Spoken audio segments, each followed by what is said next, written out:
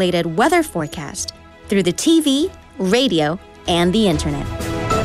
Please follow these guidelines so that we can have a warm and safe winter. This campaign is brought to you by BeFM, 부산영어방송.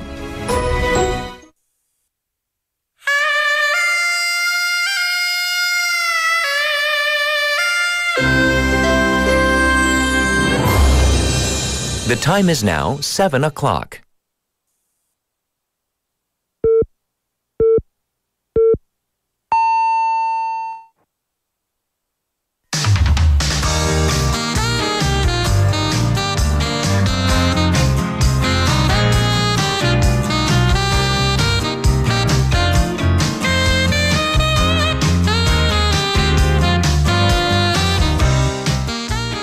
South Korea is once again in the throes of a presidential impeachment. For some countries, this is a once-in-a-generation occurrence, if ever. But for some South Koreans, this is the third impeachment that they have witnessed. And this speaks volumes about the country's relatively young democracy, for better or for worse. But there are also now questions about whether this points to flaws of the current presidential system here in South Korea. After all, although it is the people's will to impeach or keep a president in office, it's also the people who have to pay the costs of that impeachment. I'm Catherine. This is Morning Wave in Busan on Tuesday, December 17th on BeFM, 부산영어방송.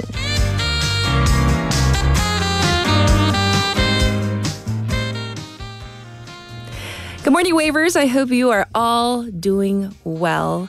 And yes, once again, our topic is all about what's going on here in Korea. The biggest news, of course. And the thing is that South Korea's democracy, it is relatively young when you think about it. Democratization began in 1987 in earnest with direct elections. But during this 37-year period, the National Assembly has impeached 3 presidents, all in the last 20 years, as a matter of fact. So if began with President Roh Moo-hyun in March 2004. He was accused of violating the election law by not staying politically neutral. This was struck down by the Constitutional Court, though. Also, you'll probably remember President Park Geun-hye and her influence peddling scandal in 2016. And her impeachment was upheld by the Constitutional Court. And now we have President Yoon Suk-yeol. There have been 22 impeachments against high-ranking government officials in his administration, and that's by the opposition Democratic Party, or DP. And then the impeachment now, obviously, against the president himself. We have heard experts commend the resilience of South Korea's democracy, with people not hesitating to take to the streets to safeguard the nation, and doing so in such a relatively calm and nonviolent manner. However, we cannot deny that these impeachments and the suspension of a president's duties, these things do cause political chaos.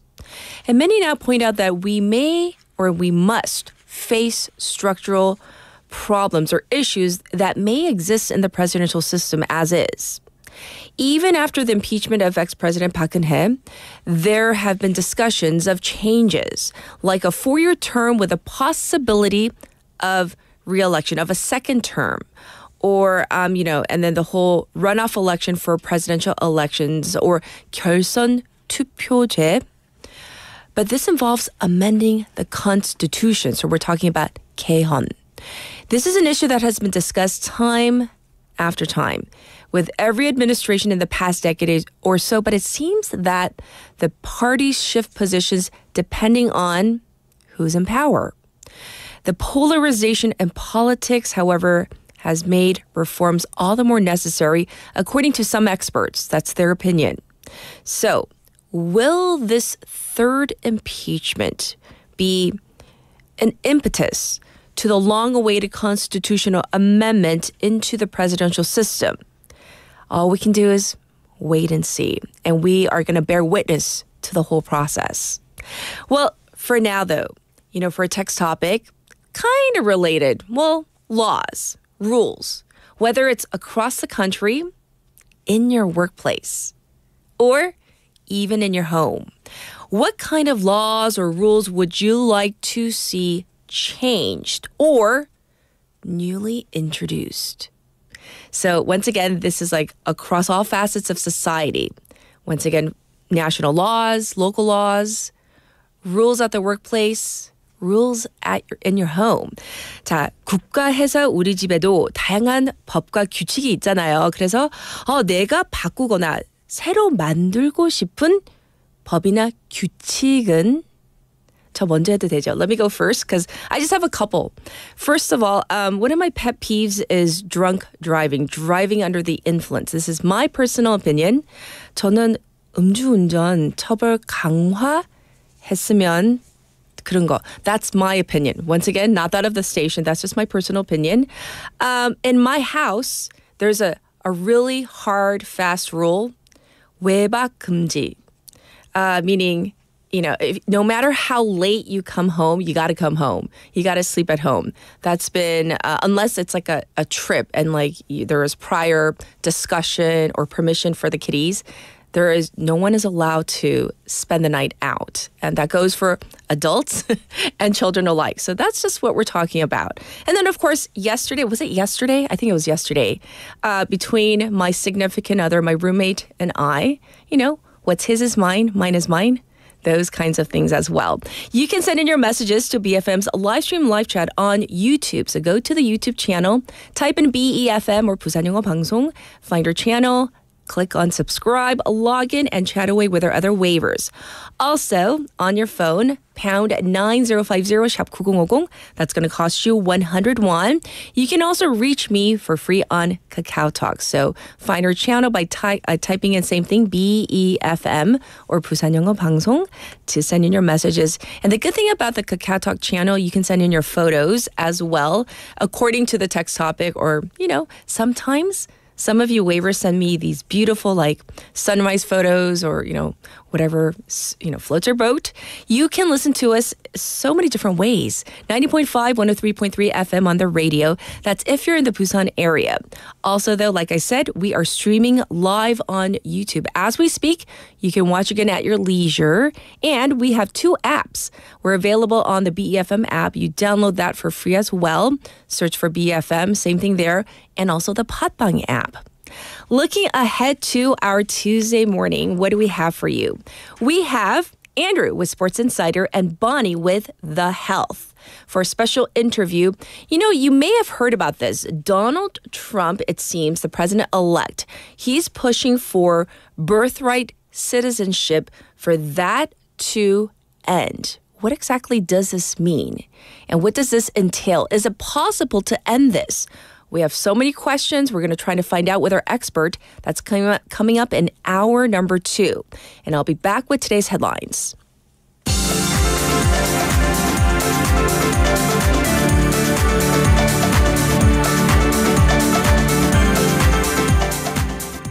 The time is now 7:07. These are today's headlines. Constitutional Court to start Yoon's impeachment trial December 27th. The court announced a decision in a meeting of its justices held to discuss the proceedings, including deciding on dates for the high-stakes hearing to review arguments and relevant evidence.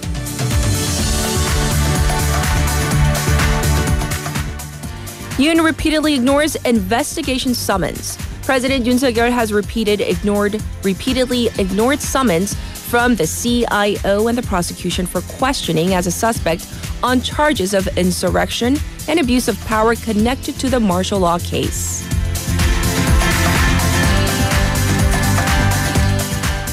PPP leader Han Dong-hoon resigns following Yoon's impeachment. Floor leader Kwon Sung-dong will step in as the acting head of PPP. Kwon will appoint the head of an emergency leadership committee to lead the party.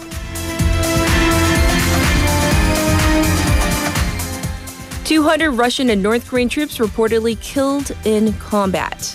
The U.S. State Department confirmed that North Korean troops have been killed in action, warning that should they cross the border into Ukraine, it would mark yet another escalation.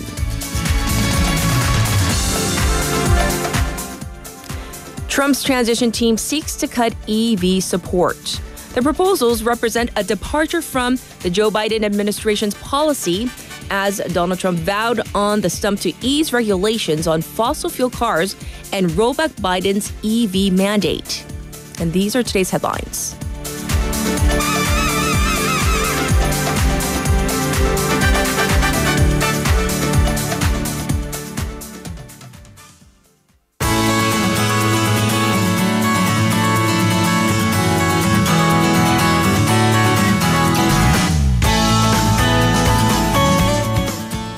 It's now time to check in with Sue. She's in the studio with me for Busan Updates. Good morning. Good morning.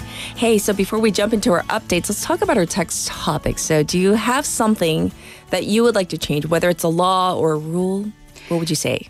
A few years ago, I heard that there was a labor law related to working from Monday to Thursday, like 4 days a week. 4 days a week? Yes, I don't know. I forgot all about it. But there are some countries who started the project, the pilot project. So would you like to see that? Yes. I don't think it would work for broadcasting, though, but yes. For, I guess, certain companies, it would work, right? The 4-day work week. So that's what you would like to see enacted. Well, yeah, not entire country, maybe for some companies. I see. Interesting. All right. We're going to jump into our first update. There's a new road opening today that's going to connect to Busan Newport. So what is it? So last week, to remember, there is a construction plan to make a connecting bridge from Gwangan to Centum City. Yes. And today, the road connecting Dongime Interchange on the Namhae Expressway to the hinterland road of Busan Newport will officially open. So it is expected to reduce travel time to major facilities in the western Busan region, such as Busan Newport. So for instance, travel time from Dongime IC to Busan Newport will decrease from 28 to 18 minutes. And similarly, travel time to Jinyeong Station will be shortened from 21 to 15 minutes. Once the under construction Daejeon Bridge opens, travel time from Dongime IC to Deokpo-dong in Sasang District will also be shortened by 10 minutes, making the whole trip to be completed in just 12 minutes. Wow. So that's really going to be useful for people commuting or traveling. So that's definitely good news. So thanks for the update on that.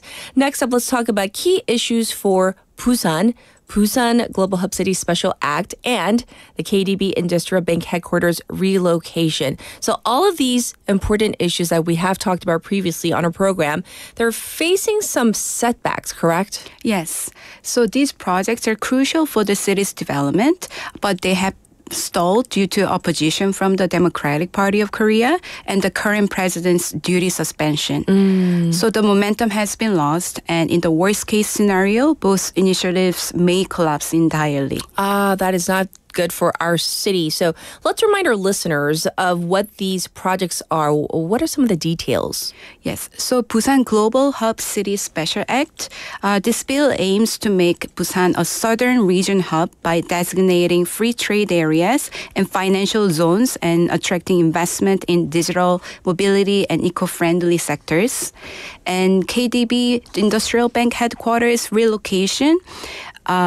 It's one of President Yu's key campaign promises. It has also made no progress.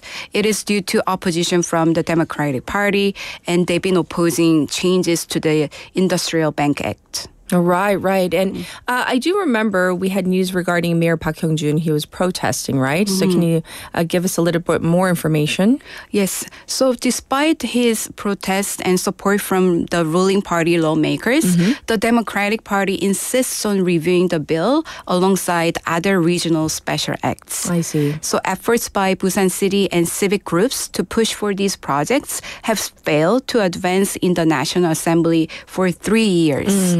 The future of both initiatives now hinges on the Constitutional Court's decision regarding President Yoon's impeachment and the possibility of an early presidential election. I see. And this could bring these projects back into focus as a regional campaign issue. Yes. So obviously there's a lot going on in the country right now, including the impeachment. So I guess we're going to have to be a little bit more patient on this one. All right, let's move on for now. We hear that the Lotte Giants, our local baseball team, may have some very ambitious plans that might include 3 left-handed pitchers. So isn't this quite rare? I don't think so. Oh, by the way, I don't know your sports interest. Are you a Giants fan? I have to be. I live in Busan. In terms of the Giants, I support them. Busan iPark. Yes, I know all the teams. I don't go out as often as I would like. But yes, of course, I am definitely into sports. Mm-hmm. Yes. So I'm also, I think I'm becoming one of them. I'm surrounded by many fans. Oh, really? And Okay. my close friend is also. Yes. So this is an unusual situation. And next season, the Lotte Giants will feature 3 left-handed pitchers. So in their starting rotation. Okay. So they want to strengthen their pitching lineup. They want to have some strategic advantages, especially handling opposing batters. Okay. So Charlie Barnes has renewed his contract and will continue as the team's ace for the 4th consecutive season. And Lotte decided not to renew the contract of Aaron Walker. He is known for his nickname Sajik Jesus. And instead signed the left-handed pitcher Tucker Davidson. Oh, so who is Tucker Davidson? Yes, he is the main topic today. So he is known for not relying on overpowering fastballs, but instead he controls the game with a solid fastball in the mid to high 140s. And he has a variety of breaking pitches, so he can pace the game effectively. And he has a lot of experience in the minor leagues, having pitched over 600 innings. And so there are high expectations for him to handle long innings as a starting pitcher. Yes. 그래서 데이비스는 투구 타점이 높고요. 디셉션이 좋고 뭐 직구, 슬라이더, 커브, 스플리터 이런 다양한 구조, 완급 조절 아주 잘할 수 있는 선수라고 합니다. Good news. Yes. So with the addition of Tucker Davidson to the team, along with the return of Kim Ji-nook, who canceled his military enlistment, so the Lotte Giants starting rotation for the next season will feature these amazing left-handed pitchers, and hopefully they will have many home runs. Hopefully there will be a better season. I mean, I know we have lots of local, Lotte Giants fans, so hoping, yes, definitely that we have a better season. All right, lastly, the city is hosting what's called the Busan Global Hangul Festival. What is this? Yes, so did you guess local is global? And local together, yes. So the city will host this festival. It will be held at Baxco in Haeundae from the 17th to the 19th. So it will focus on student-led international exchange through Korean language education. So there will be programs with foreign students recommended by the Osaka and Hanoi Korean education centers, Yes. as well as a youth volunteer exchange group from Korea participating all together. Sure. So there will be 80 students from Japanese, Vietnamese schools that have adopted the Korean language curriculum, plus 120 Korean students. Oh, so hence the whole global angle of this. So this is great to hear about. But we want to know a little bit more about this festival. Yes, on the 17th, activities will include Ring the Golden Bell, Hangul, and a large-scale game of Yunnori, which is a traditional Korean board game. And on the 18th, the Hangul Experience Day will feature activities where participants can engage in recreational team activities and team games. Yes. So they will have some Korean language quizzes. And on the 19th, the Cultural Experience Day will include visits to the Busan Science Experience Center. Yes. And activities like the beach train. That sounds like a lot of fun. So go check that out. And by the way, we have a message from 친절한 Leila Waver who says 부산에서 태어나면 자이언츠 팬이 되는 건 너무 자연스러운 것 같아요. 반즈 좋아요. So I guess she's a big fan of Charlie Barnes, as you mentioned. 딸도 너무 공주님 같고. So Charlie Barnes' daughter. Summer season 개막 기다립니다. So someone who is definitely looking forward to, yes, this new season. So thank you for all the local updates, and we will check in with you tomorrow. Thank you. Thank you, Catherine. Everybody, this was Sue, and I'll be back with your traffic and weather.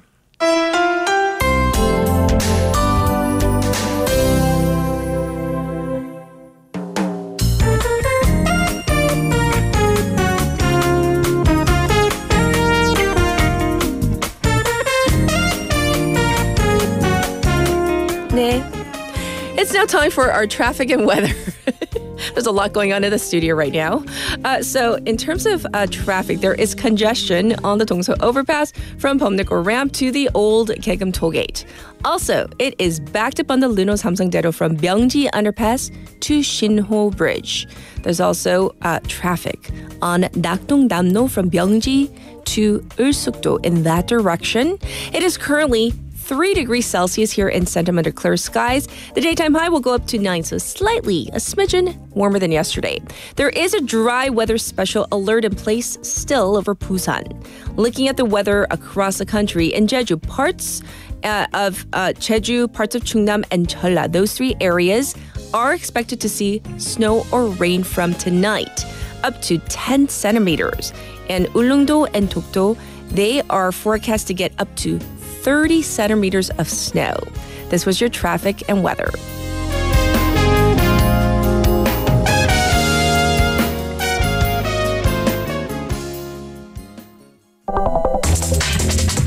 Are you an early bird? Are you up to date on the news? Are you a trendsetter?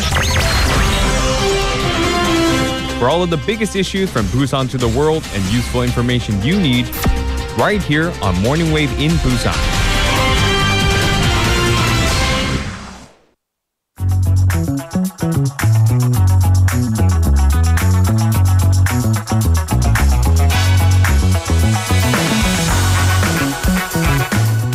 It is time for News Digest. We have Haley in the studio. Good morning. Good morning. Hey, so before we get into the heavy news, let's talk about our text topic.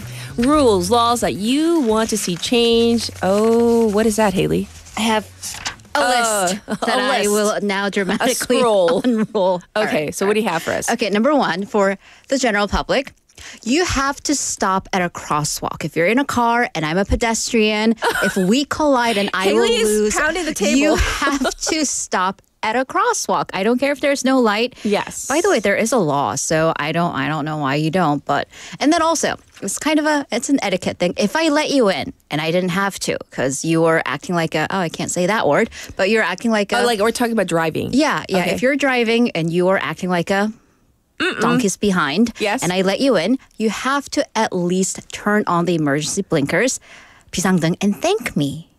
Like a decent human. Thank you, right? Can I get it? Yeah. Yeah, but for how long? At least 3 blinks. 3 blinks. At least this is 3. important because I've seen some people do it just because I've seen once. 1, and I'm like, it's like, wait, that's not enough. It's not even. It's not even a thanks. It's a th. Exactly. That's what I'm saying. Can I have over packaging? Our ESTJ-ness is coming out. I know. Okay. Yes. If 3 a product already has a natural package, yes, like, I don't know, oranges, pears, stuff, does it really need extra packaging? Does it though? Does it? And then for my family, I don't know if you're listening, can you please just keep the electric kettle plugged in? I don't want to plug it back in every single morning. Don't use the water when someone else is in the shower. The shower turns cold. It is December. Slow Yeah, okay. down. Is that it? Yeah, for now. For now. Okay, we'll have more in hour number 2, I'm sure. I'm going to go make my list after this. Our producer's already tired. 가족 대학 약간 분노가 있는 것 같은데요? 아니에요. 분노 아니 사랑이죠? Just 네. just don't use the water. Okay. Yeah. Here we go. Hard news.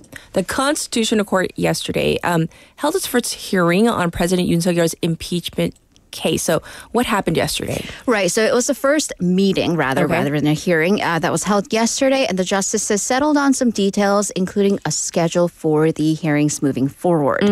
At least the first hearing, which will be a pre-trial hearing. In Korean, we call that 변론 준비. That'll be on December 27th at 2 p.m. So a pre-trial hearing. This is a process whereby the defense and the prosecution, in this case, will be the president's legal counsel and the parliament. They will exchange information about the case, including what evidence will be presented in court. Yes. And President Yoon Suk-yeol is not required to attend, though. The actual hearings moving forward will be determined at a later date. And as to who will preside, so it'll be a full bench, at least the current 6 justices, but Justice Jung Hyung-sik will preside as the Chief Justice on the case. It is picked randomly. A computer picks it. For a bit of background, Justice Chung was nominated by President Yoon. He's considered to be on a moderate to slightly conservative scale. Okay. For the court itself, it has decided to give this case top priority, meaning has therefore delayed deliberation on all the other pending cases, and that includes 8 other impeachment cases of government officials. Yes. Cases in front of the Constitutional Court, it must have oral arguments, 구두 변론, so the defense and the prosecution must basically present evidence and argue.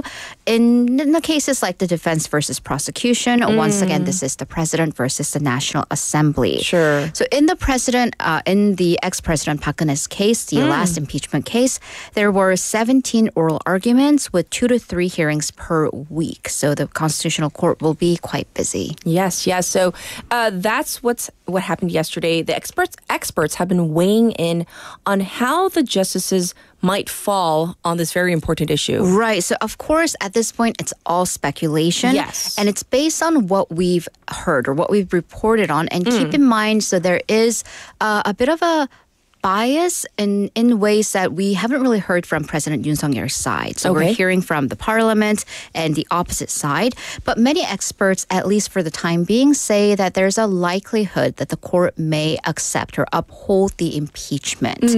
So one expert said that while the president does have the power to declare martial law, that's written into the Constitution, but as our legal experts also pointed out, it's only to be used during times of war or rebellion or times like war.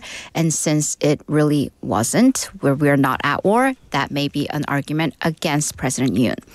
However, statements may differ between the president and other military officials who were involved in the martial law imposition. So those will also be variables moving forward. That's right. Well, both the prosecution and the CIO, they have summoned the president, both for the same charges. So the question is this: does he need to appear at both? Well, he hasn't to either. Yes. But they're both investigating insurrection or 내란 charges. The Corruption Investigative Office for High-Ranking Officials, CIO, yesterday served the presidential office with the summons. Well, and then they try to go to the president's residence and keep forward. And prosecution has also done that for the second time in a row. Sure. But unless the two agencies figure out who has jurisdiction or at least priority, it's basically the president's choice on which agency he decides to appear in front of. So pundits in this case say because of his prosecutorial background, Yoon may very well choose the prosecution because he is very familiar with that agency, having worked there for 30 years. True. In any case, whomever gets kind of first grab, so to speak, on questioning President Yoon will also get the lead in subsequent investigations down the chain of hierarchy. Yes. So we'll wait to see if he does respond to that summons, of course. In the meantime, we're going to take a different look at this whole situation because this impeachment case, it affects all of us. Right. Not just, the politicians, the general public. So although the Constitutional Court will try to expedite the process, it's going to take months, it seems. So in the meantime, what about the policies that the administration has been pushing? And I mean, that's a never-ending list, but there's going to be a huge pause, right? Because the acting president has vowed to minimize these gaps, but inadvertently, they will lose some kind of momentum. So first, with the ongoing talks regarding the trainee doctors' walkout. So any discussions, they have already come to a standstill. There are actually supposed to be a series of expert discussions on 4 different committees. They've all been delayed. Yes. And because one part of it is that the martial law decree, the 포고령, it threw fuel onto the fire because that decree, one of them, ordered all doctors on strike to return to their workplace within 48 hours. Yes. Otherwise, they will be punished, and that has antagonized the doctors even more. But then on the other side, that doesn't necessarily mean that the doctors are getting their way. That's because they have demanded that the government fully withdraw the medical school quota expansion for the next academic year. Okay. But no major decisions will be made on that front or any front under this system.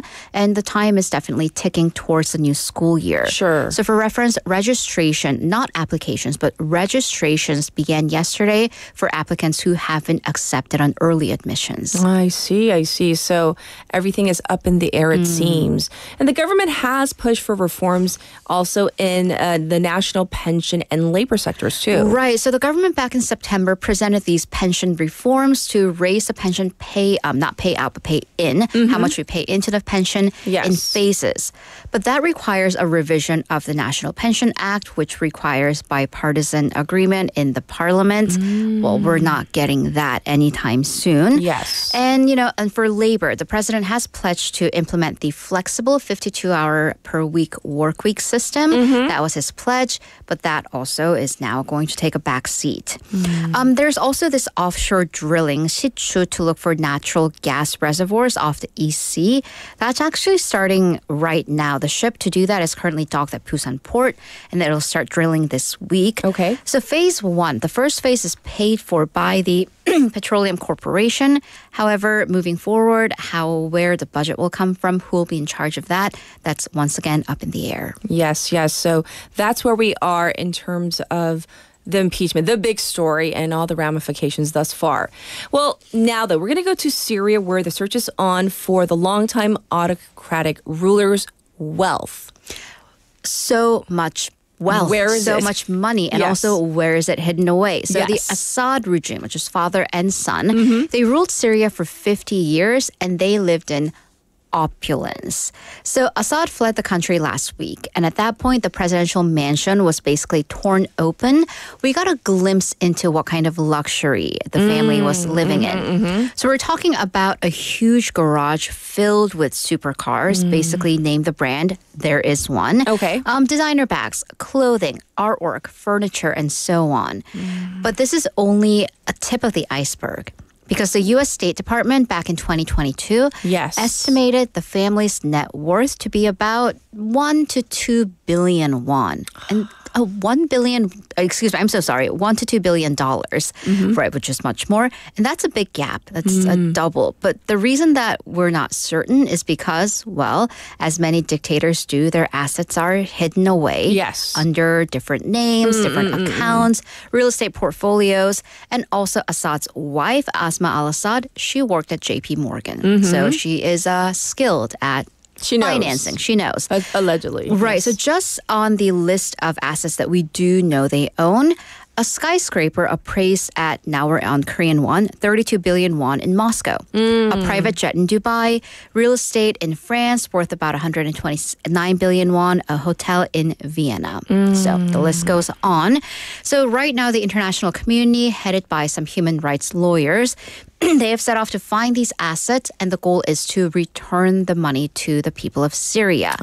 Because about 14.5 million Syrians, that's 70% of the population, they've lived in poverty, and extreme poverty affected 1 in every 4 people in Syria. And in the meantime, they were living a life of luxury, it seems. All over the world. As we have discussed before, this is the end of a very long 13-year civil war spurred on by the Arab Spring. But some governments fear that the fall of Bashar al-Assad may bring on, a second round or another round of unrest in that area. Right. So as we are kind of ending Arab Springs Part 1, there are maybe hopes or even anticipation that this might bring on Arab Springs Part 2, and especially the Middle East autocratic rulers. So we're talking about Egypt, Jordan, and Saudi Arabia are kind of nervous. So the Washington Post, it reported that Arab nations actually fear these Islamist movements, including the one led by the HTS rebels. And Islamist movements and organizations could continue to threaten the regime's long-term rulers. But if the Assad and Syria case taught us anything, these autocratic rulers don't go down quickly. Yes. Well, thanks for going over all the details of our news stories, and we'll check in with you in hour number 2. Thank you, Haley. See you in a bit. And we are ready for our first song of the hour because we need to take a little breather. So how about this? We have You've Got a Friend in Me by Randy Newman, and I'll be back.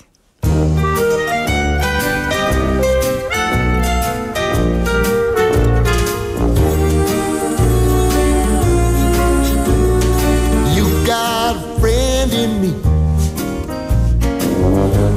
a friend in me. When the road looks rough ahead and you're miles and miles from your nice warm bed, you just remember what your old past said. Boy, you got a friend in me.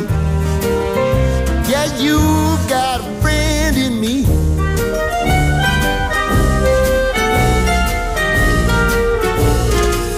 You got a friend in me. You got a friend in me. You got trouble, and I got them too. There isn't anything I wouldn't do for you. We stick together, see it through, 'cause you've got a friend in me. You got a friend in me. Some other folks might be a little bit smarter than I am, big and stronger too, maybe, but none of them will ever love you the way I do. It's me and you, boy, and as the years go by, our friendship will never die. You're gonna see it's our destiny. You got a friend in me. You got a friend in me. You got a friend in me.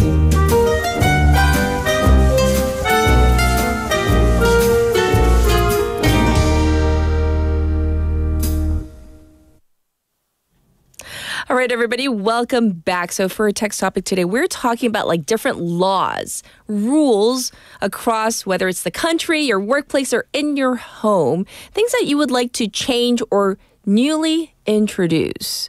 So Haley gave us a bunch of fun ones, like real personal ones.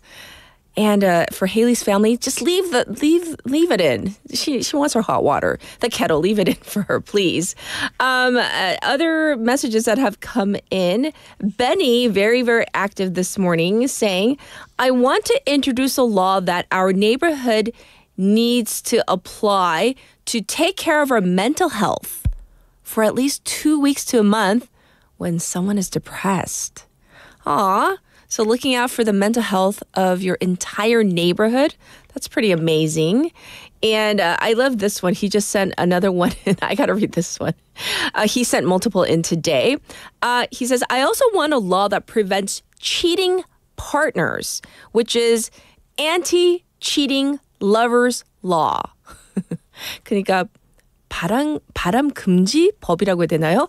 And face the consequence for the main person involved in cheating. Well, there are usually at least two people involved in the cheating if there's cheating going on. But, Korea used to have a similar law, but they got rid of the law a few years back. But very interesting to hear your thoughts.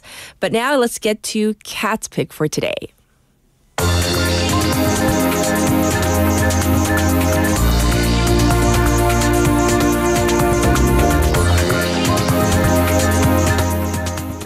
For today's Cat's Pick, I want to focus on something that happened in the Kerch Strait in the ocean. So this is a clip from NBC News. Chaos in the Black Sea as two Russian oil tankers, each carrying 4,200 tons of oil, split in half during a powerful storm. The accidents triggering a massive oil spill in what Greenpeace says is a potentially serious disaster. This video, apparently taken by crew members inside the bridge of one of the tankers, appears to show their ship snapped in two, the bow sinking into the water as waves crash onto their deck. Then, not too long after, this video shows another Russian oil tanker just moments before it was also sliced in two, not far away from the first ship.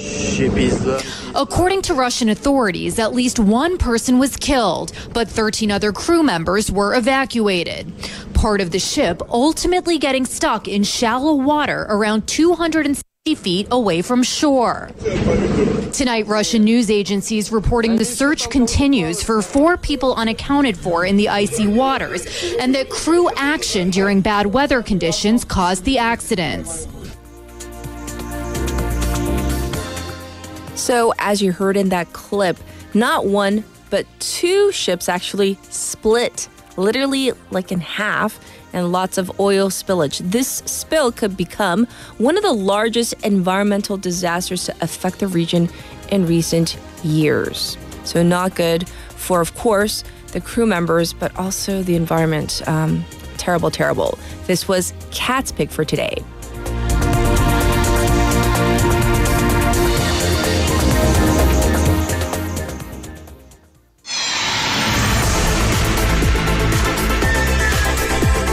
Stay tuned. You're listening to Morning Wave in Busan.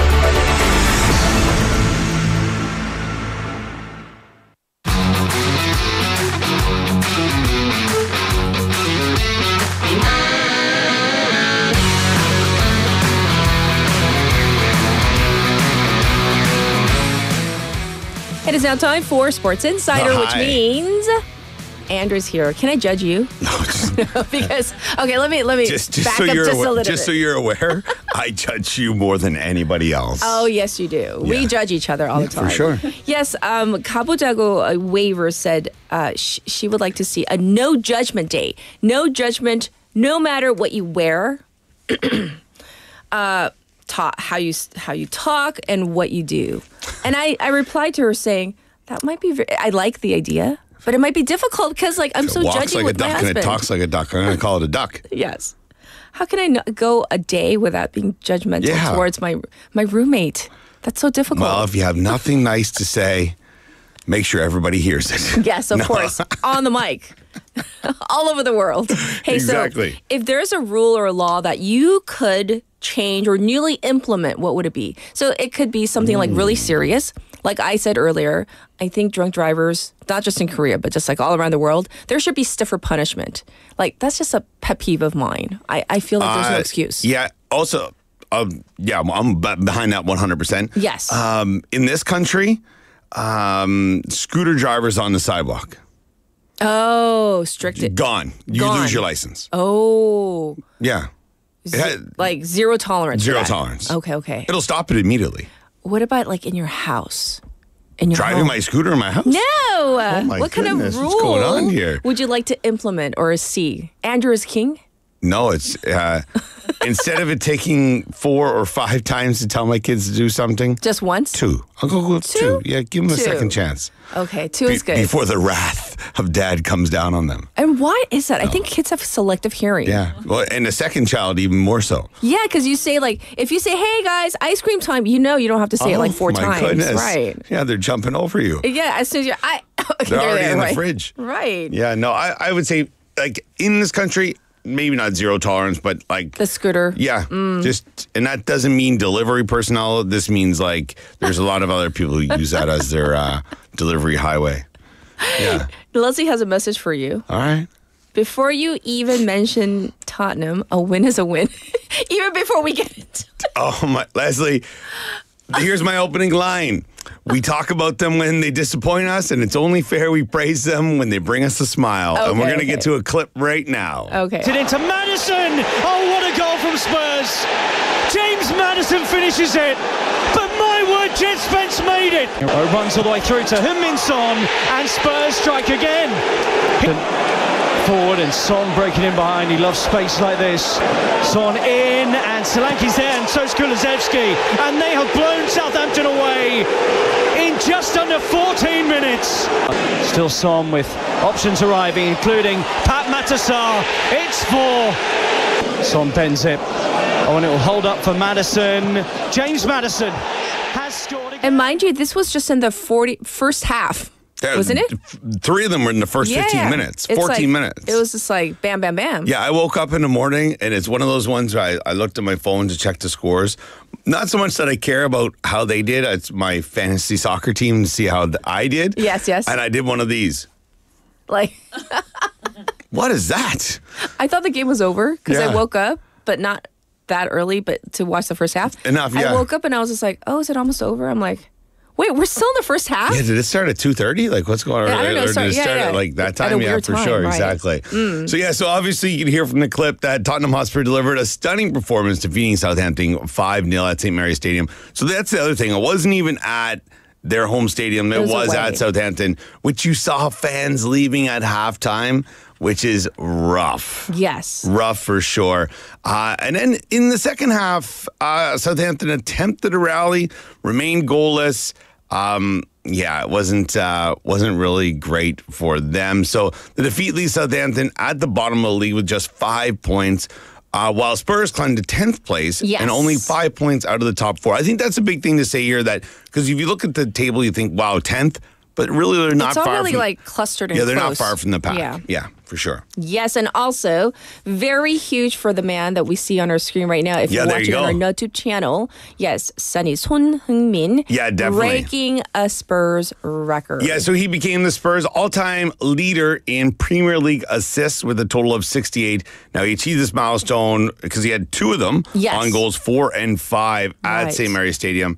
Now, Son leveled the previous record held by Darren Anderton by assisting on Sarr's goal in the 25th, and then he also set up James Madison's goal right before halftime, which I don't know if you've seen that highlight. I don't know how he put that in. Yes. But it was quite amazing. It was. Well, moving away from, I love there you that. Go. Are you just looking at us? Yeah, there you go. Yeah, I'm a huge fan. So tight angle. Moving away from the soccer field or pitch, whatever you want to call it, we're going to head to the Diamond. Yeah.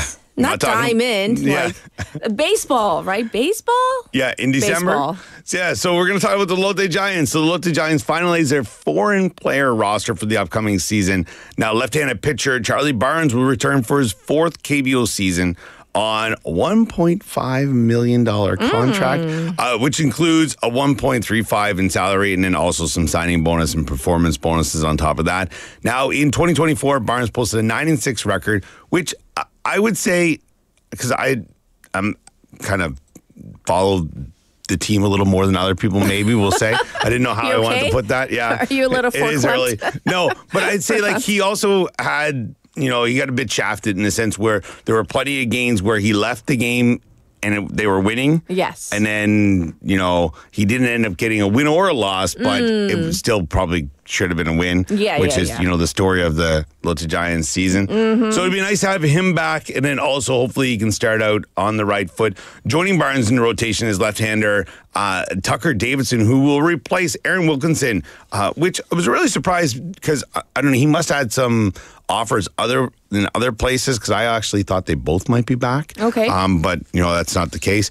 Also, the team's the outfielder, Victor Reyes, who led the league, the entire league in hits and broke the record last season, will also be back, also with a pay bump as well. I think when you lead the league in hits, you kind of deserve it. You definitely deserve it. Exactly.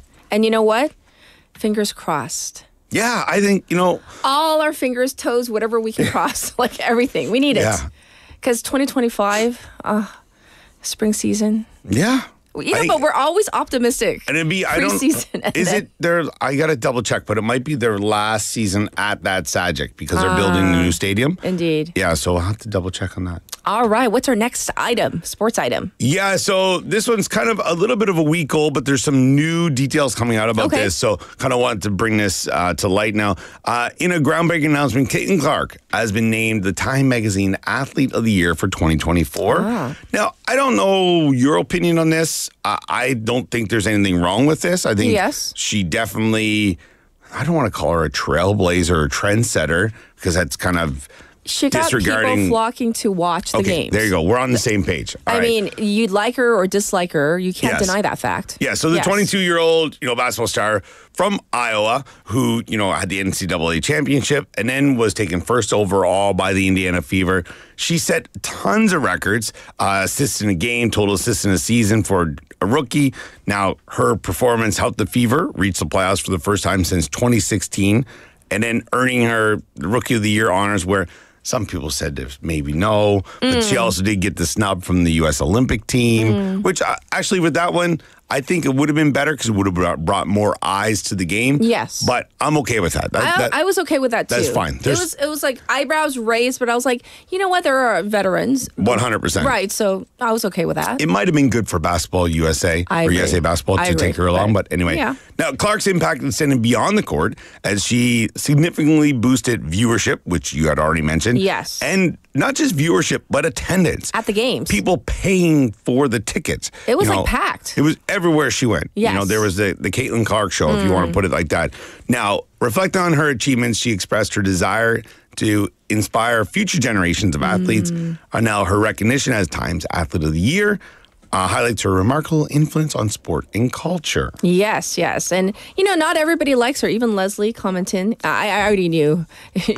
She's not a huge fan of Caitlin. It's kind of, as she says, you either love her or hate her. There's no in between. Yeah, I would say as well. Like I said, you know, everybody has. And if his you're or her not an opinion. Iowa fan, that also definitely makes a big difference as well. Right, right. But Sheila Johnson has made it, she vocalized her opinion. Co-owner of the WNBA's Washington Mystiques has stirred controversy over criticizing Time Magazine's decision to name Caitlin Clark as the Athlete of the Year. Now, she did go on to say in an interview with CNN, she argued that instead of spotlighting Clark, the magazine should have recognized the entire WNBA as a collective for it. I don't know about you. I know there's a lot of word changes and things like that these days, but Athlete of the Year is singular. It doesn't say athletes or team or League of the Year. So I don't know. It's to their prerogative to vote in whoever they want. Now, Johnson expressed concern that focusing on one player fosters resentment and could lead to narratives of racism within the league. She stated, when you keep isolating one player, it fosters resentment. I find it troubling, emphasizing the need for unity among players. Now, I'm not going to disagree with her on that, but it's not Time Magazine's issue or... You know, they don't have to worry about or their responsibility for other people's actions. You know, if other people want to be racist, you can't blame Time Magazine. You know what I mean? So Clark is cognizant of, and this is a quote from Time Magazine, of the racial underpinnings of her stardom. She said, I want to say I've earned every single thing, but as a white person, I understand there is a privilege, she says. Okay. Which has also stirred some controversy that she said this. A lot of those players in the league have been really good, have been black players. Yes. This league has kind of been built on them. The more we can appreciate that, highlight that, talk about that, and then continue to have brands and companies invest in those players that have made this league incredible. I think is very important. I have to continue to try to change that. The more we can elevate black women, that's going to be a beautiful thing. This is a quote straight from Time Magazine in her interview. And I don't think anyone disagrees with that, but I don't see the reason why you need to also knock somebody down who has worked their butt off, if you want to put it that way. right. And has essentially changed the game moving forward. I don't know. I mean, she was a good choice. I would maybe Otani might have been athlete for me personally. Why? If he pitched as well, yes. If he pitched, he only did half his job. Do you get a bonus when you get do you half your job? Do I get a bonus period? Well, we'll talk about Christmas all around us. Hey, it might be coming soon. Who knows? Yeah, Hey, we could yeah. be surprised this year. Yeah. Your bonus is having me in here every Tuesday morning. I want a rule. Oh, yeah. Come on. Yeah. The rule. Yeah. We all get to choose our bonuses at work. How about that? Oh, no, you get to choose the amount. Well, you get to choose your PD's bonus. And your supervisor. And oh, look, she's like telling us to be quiet. He or they She's turning up the music. Would choose yours. Okay, we'll check in with you tomorrow. Next week. Bye. Yes. Bye. And so this is Underneath the Tree by Kelly Clarkson. I'll be back at 8.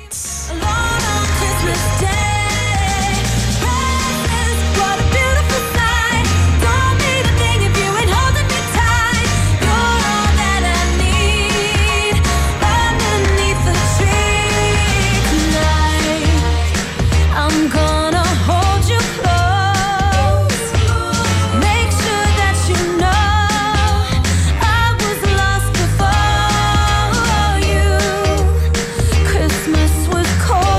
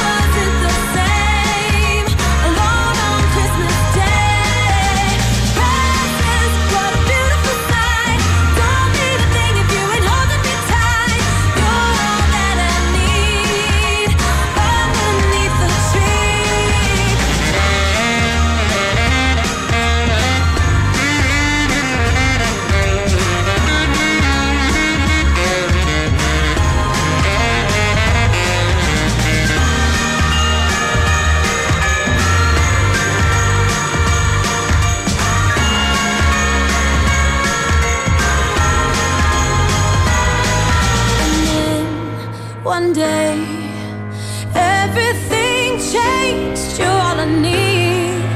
Underneath the tree.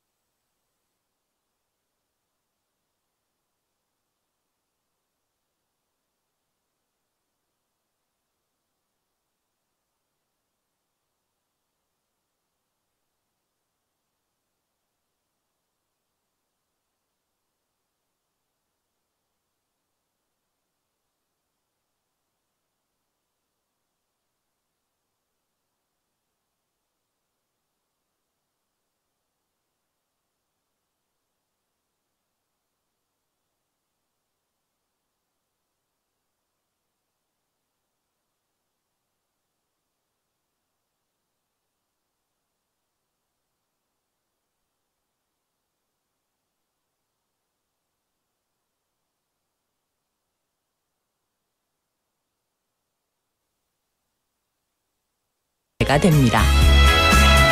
축제로 하나 되는 부산. 여러분은 어떤 축제를 기다리시나요? 이 캠페인은 대선공익재단과 BeFM 부산영어방송이 함께합니다. 혹시 지금 운전 중이신가요? 어린이 교통사고 피해자 수는 지난 3년 평균 약 9만 명. 특히 어린이 보호구역 안전기준이 강화된 이후에도 어린이 보호구역 내 사고는 지속적으로 발생하고 있습니다. 스쿨존에서는 반드시 시속 30km 이하 서행, 스쿨존 내 불법 주정차 금지, 차량 출발 전 앞뒤 좌우 살피는 습관으로 어린이가 안전한 도시를 만듭니다. 참, 운전 중 휴대전화 사용은 모두에게 위험합니다. 우리 모두를 위한 교통안전, 나부터 실천하면 모두가 안전해집니다. 어린이가 안전하게 뛰어놀 수 있는 부산. 아이 키우기 좋은 도시는 우리 모두의 미래이자 희망입니다. 이 캠페인은 어린이가 안전한 부산을 만드는 은행, B&K 부산은행과 함께합니다.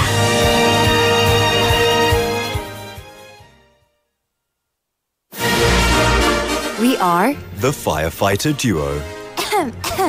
Winter is so dry. Let's prevent fire by keeping these 3 rules. If you take caution, you can prevent a fire. The number one cause of fire in winter are electric blankets. Take special caution with highly flammable materials such as memory foam, toppers, and bedding. Number 2, having too many appliances on the power outlet is dangerous. Always unplug all the appliances that you're not currently using. Number 3, check the heater is off before leaving the house. Leaving it on for an extended period of time can cause a fire. Let's all take part in preventing fire and have warm and safe winter this year. Tune in to BeFM 부산영어방송 for an emergency broadcast. This campaign is brought to you by BeFM 부산영어방송.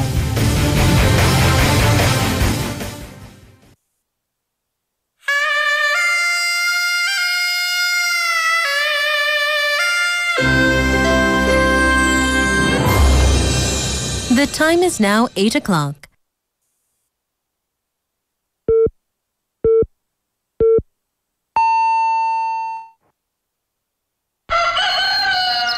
Good morning, Dynamic Busan.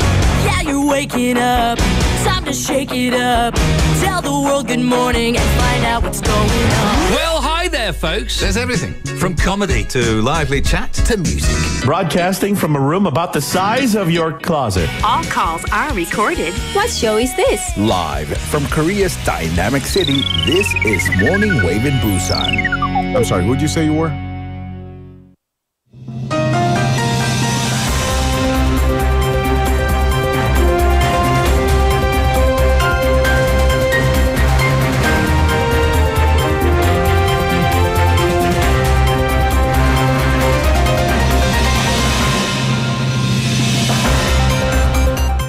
It is now 8 o'clock and it's time for news highlights. Constitutional Court to start Yoon's impeachment trial December 27th.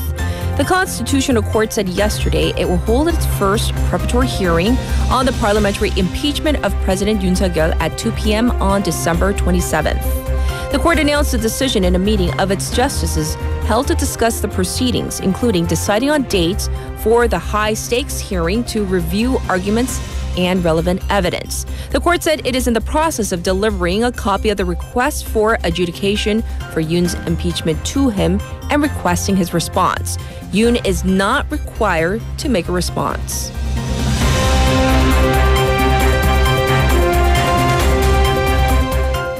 Yoon repeatedly ignores investigation summons. President Yoon Suk-yeol has repeatedly ignored summons from the CIO and the prosecution for questioning as a suspect on charges of insurrection and abuse of power connected to the martial law case. Officials from the Joint Investigation Headquarters yesterday attempted to notify Yoon to appear at the Corruption Investigation Office for High-Ranking Officials, or CIO, on Wednesday, and again at the presidential residence, along with a notification by mail. The prosecution's Special Investigation Unit yesterday also sent a notice to President Yoon to appear for questioning by Saturday for a second time after Yoon rejected the projection's request on Sunday, claiming he had not completed forming his legal counsel.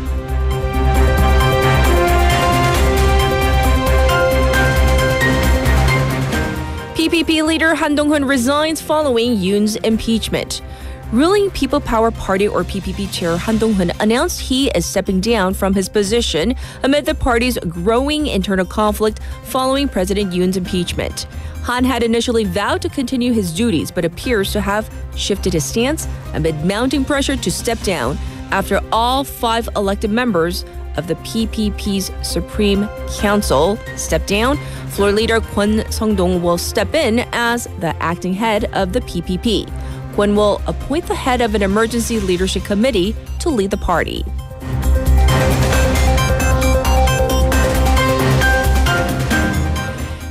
Russian and North Korean troops reportedly killed in combat. Some 200 Russian and North Korean soldiers were estimated to have been killed while fighting in combined units against Ukrainian forces. That's according to Kyiv's intelligence authorities Saturday local time.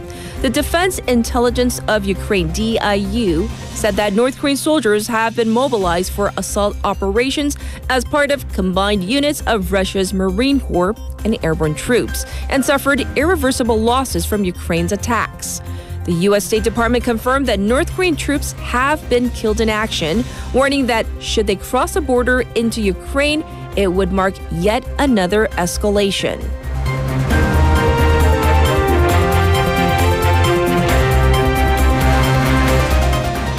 Trump's transition team seeks to cut EV support. U.S. President-elect Donald Trump's transition team is seeking to cut off support for electric vehicles, or EVs, and impose tariffs on all battery materials. One U.S. outlet cited documents from the Automotive Policies team, which is recommending the changes to cut off support for EVs and charging stations and strengthen measures blocking cars, components, and battery materials from China. The proposals represent a departure from the Joe Biden administration's policy that has encouraged a swift EV transition and a domestic battery supply chain, as Trump vowed on the stump to ease regulations on fossil fuel cars and roll back Biden's EV mandate. And this was News Highlights.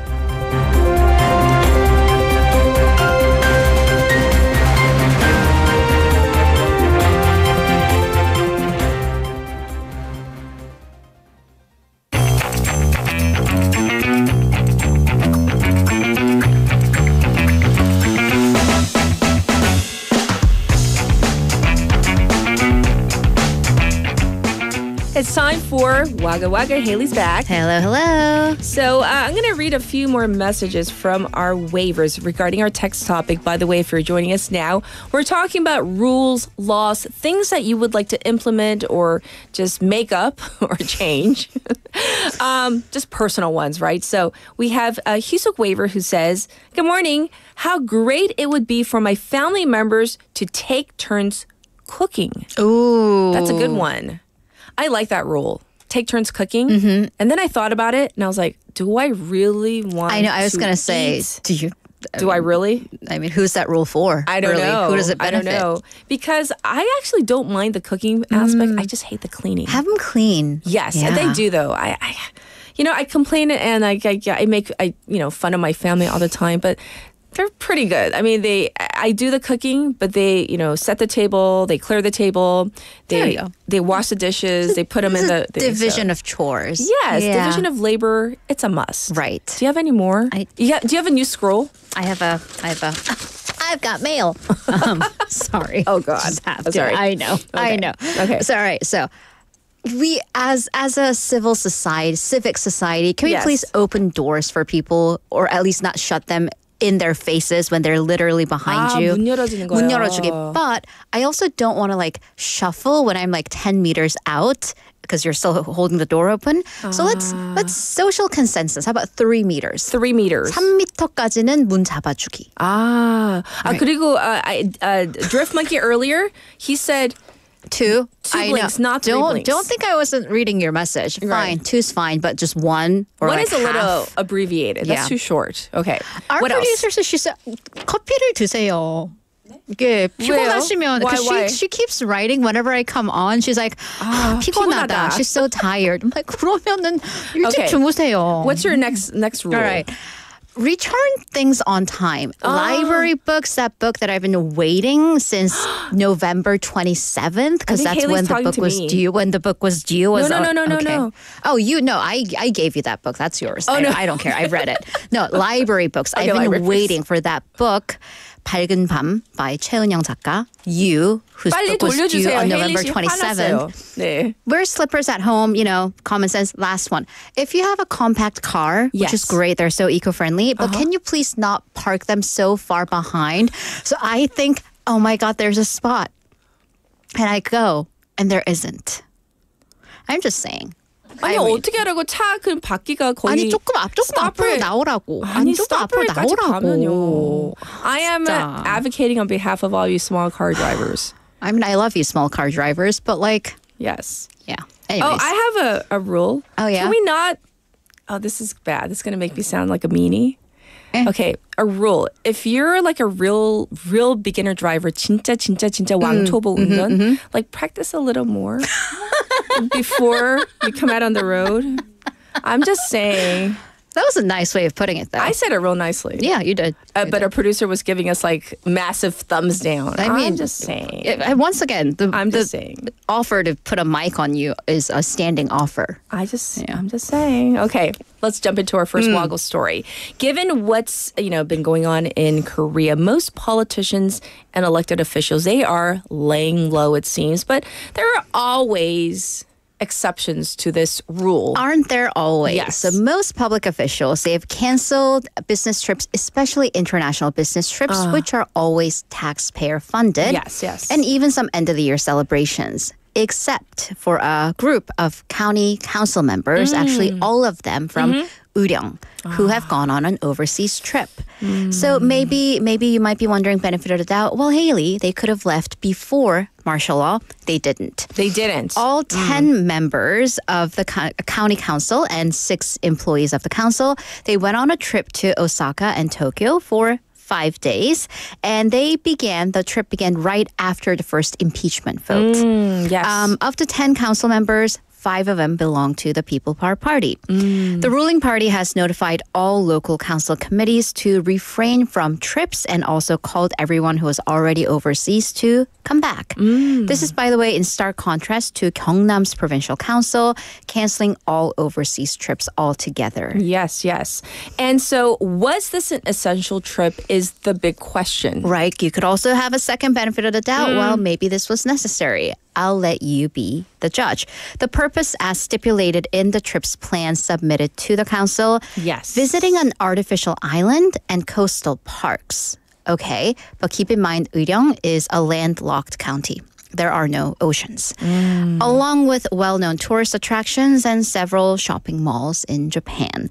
The council wrote that they pushed on with the trip to make proposals on ways to improve the county. So there's that.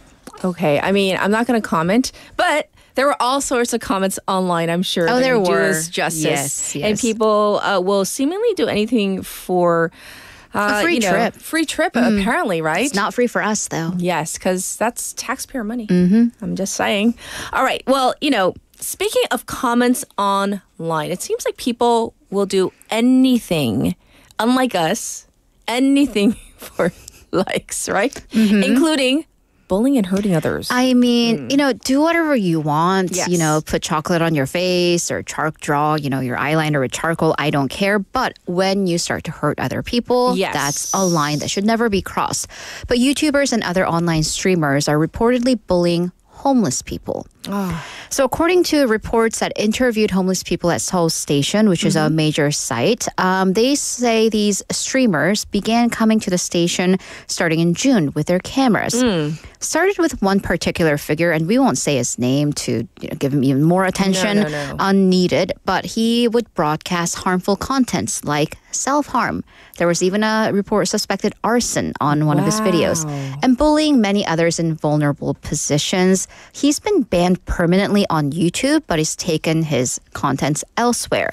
But the thing is, these lead to profit, the likes and the views. So it creates this odd sector of preying off of the vulnerable for money. And it's so ironic because they're highlighting people that are in poverty and but they're profiting making off money off of that. of someone else's poverty. Yes. This isn't the only case. Rights groups and support groups, they're also reporting an increase in contents online about homeless people. And it's not to advocate for them, it's to prey on them. It's to hurt them. Some people, including teenagers, will break down the boxes or rip the tents that these people use as shelter. And then even one video of them physically lifting up and running away with the tent. This is number one. There's a complete disregard for privacy as the people's faces are almost never blurred out. Apparently, some people sleep with helmets. Homeless people sleep with helmets to protect their privacy and just for added protection. There was also is even a case of a homeless man who died after he was reportedly beaten regularly by young men for 2 years. Oh, goodness. Okay, so is there anything that can be done to prevent this? Or, if something does happen, what are we supposed to do? Right. I mean, the fastest way is for them to contact the police. Okay. However, some people say that out of their experience, that their reports, because of their situation, they have not been taken seriously. Or because of their housing situation, because they are sometimes in areas where they're not allowed to, that can actually lead to them getting evicted or kicked out.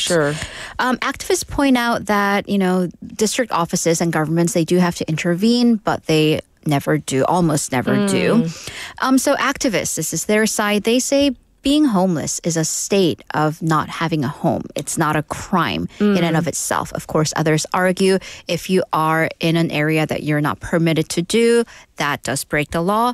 However, kicking them out of public places, it deletes their existence altogether. That's right. We should definitely be more mindful. And especially with the weather turning colder, Yes. it is a serious social issue. It is. All right. For now, though, we're going to turn to the U.S. for our next couple of stories. First, some mysterious flying objects have been detected over the skies of the U.S. East Coast. They're not UFOs, but they're drones. Okay. But there are droves of drones, and they keep coming. And we don't know who's sending them. Oh, really? So a large number. We're talking dozens at a time. Mysterious drones have been flying over parts of New Jersey, even New York, East Coast overall. Yes. But even the authorities don't know who sent them or why. So they fly over residential areas. That's not particularly harming anyone, except when they flew over an international airport in New York and the runway had to close down for an hour on Friday local time. So many public officials have been responding to calls to address the problem. New York's governor directed the New York State Intelligence Center to actively investigate. New Jersey's Governor Phil Murphy wrote to President Biden to address the issue. Even New Jersey's newest Senator Andy Kim, on Thursday night, he went on a drone hunt in the rural part of the state and posted about that on social media. Okay. So you might be wondering, well, what can you do? Like, how can you hunt them? Some have suggested literally shooting them down. However, officials have urged the public, please don't do that. Let's not. Please don't. But some people have expressed concerns because, well, they could be just harmless, but they could also be spy drones. That's true. Flown by who knows who. Also, President-elect Donald Trump has been fueling the fire, saying, well, he's proposing that the U.S. shoot them down. Okay. But once again, please don't. Yes. Well, speaking of the Trump administration, let's talk about the incoming administration. So we have Robert F. Kennedy, Trump's nominee for the head of the Health and Human Services Department. He is already ruffling some feathers in a big time way. Right. He's not even in the administration yet. The administration hasn't been sworn in. Right. But here's the thing about RFK. We've covered him multiple times because his family is so famous. The Kennedy clan. They're the Kennedys. The dynasty. But RFK kind of, well, at least if you ask the rest of his family, he would be categorized as the black sheep. Yes. One of the biggest reasons is because he's a known vaccine skeptic. He's an anti-vaxxer. Here's the thing. He has denied being an anti-vaxxer. But he was before. And he says we should just all be careful. He has apparently tried to revoke approval, or at least someone within his group's been trying to revoke approval for the polio vaccine. 소아마비? polio 소아마비. 그 백신을 지금 없애려고 Not 하는 거예요? 없애, but I what mean, does that mean? Cancel? I know. Well, cancel approval. So go back and look at it again. Really? All right. So here are two sides. Here are both sides. So a New York Times report said that Kennedy's lawyer, Aaron Siri, petitioned to suspend approval for this vaccine, which experts will all say is life-saving. Yes. The article raised alarm about Kennedy's nomination, a Department of Health and Services, where the mission is to enhance the health and well-being of all Americans. Sure. Well, Kennedy's spokesperson released a statement, this time through AP, trying to at least distance him from the controversy, but the statement didn't deny it outright. Okay. So it said that Kennedy believes the polio vaccine should be available to the public and thoroughly and properly studied. That could raise the question, was it not before it was approved many years ago? For a bit of background, at the height of the COVID pandemic, going back to the anti-vaxxer stance, he did spread doubts about vaccines, calling them shoddily tested and potentially deadly. 2019, when there was a measles outbreak in Samoa and over 80 children died, he wrote to the Prime Minister of Samoa blaming a defective vaccine for the deaths. So yeah, that's where we stand. Okay, well, much to woggle about. Yes. And by the way, a comment regarding you from Layla who says, they're talking about you, Haley, not me. 작은 템새의 친구, 첩피가 Chirpy, Angry Bird 흉내 내는 것처럼 귀여워요, Haley. Thank you. I'll take the cute part. Yeah. The cute. I'll just pick and choose from your comments. I have been told that I look like a 펩새. So what's a what? 뱁새가 무슨 새? 황새 따라가다 다리 찢어진다. That 펩새. Look it up. 펩새. It's also cute. Okay. So we're just like labeling you're labeling yourself cute and demure. Okay. I have thoughts on that, but we'll talk to you tomorrow. Bye. Her face is getting red. Haley is indeed cute. I don't know about the demure, but cute, yes. All right, let's get to your traffic and weather.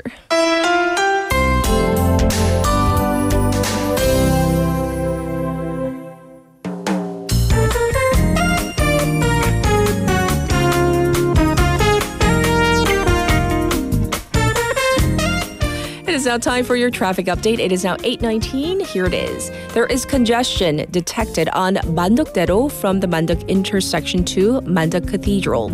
Also, bout of congestion on Gaya-daero from Daenjeong to Jure Station. And next, it is looking slow on Yeonsu-do from Shili Three-Way intersection to Mangmi Hill. And also, yes, it's looking quite slow on 중앙대로 from 소정천 intersection to Bugok intersection. Currently, it is 3 degrees here in Santa under clear skies. It's going to go up to 9 today. There is a dry weather special alert in place over Busan. Across the nation, Jeju, parts of Chungnam, and Jeolla are expected to see snow or rain from tonight up to 10 centimeters. However, in or on Ulleungdo and Dokdo might get up to 30 centimeters of snow. And this was your updated traffic and weather.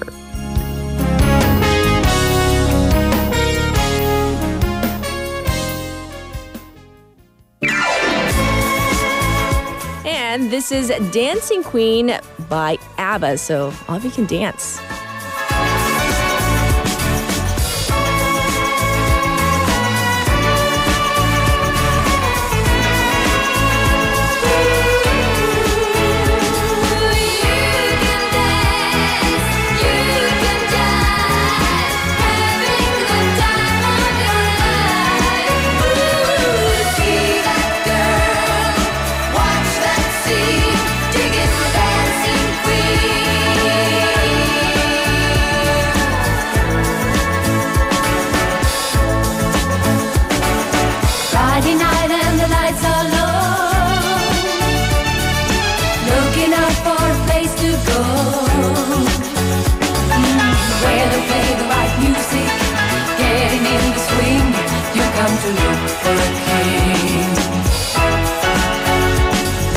Anybody could be that guy.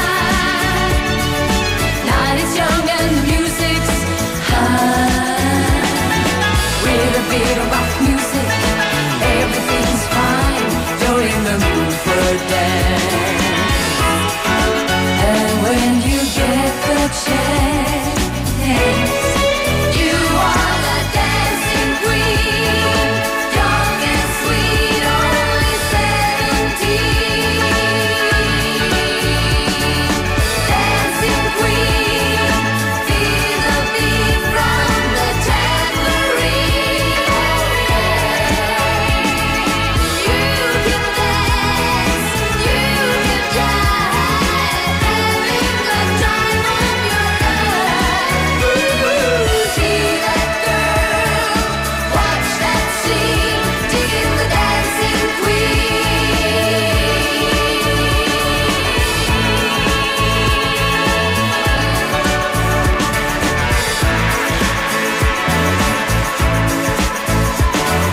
Your routines you turn them on, leave them burning and then you're gone. Looking out for another, anyone will do. You're in the mood for a dance. And when you get the chance, you are the dancing queen. Young and sweet, only 17. Dancing queen, feel the beat from the tambourine. You can dance, you can jive, having the time of your life. Ooh, see that girl, watch that scene, digging the dancing queen.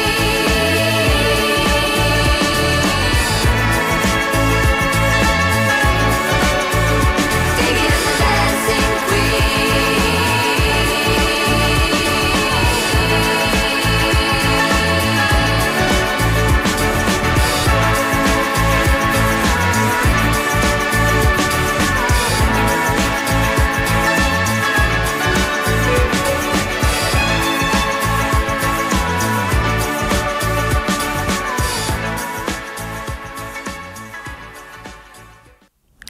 Oh, welcome back. So I was asking who's singing along to this, and Benny keeps on saying, me!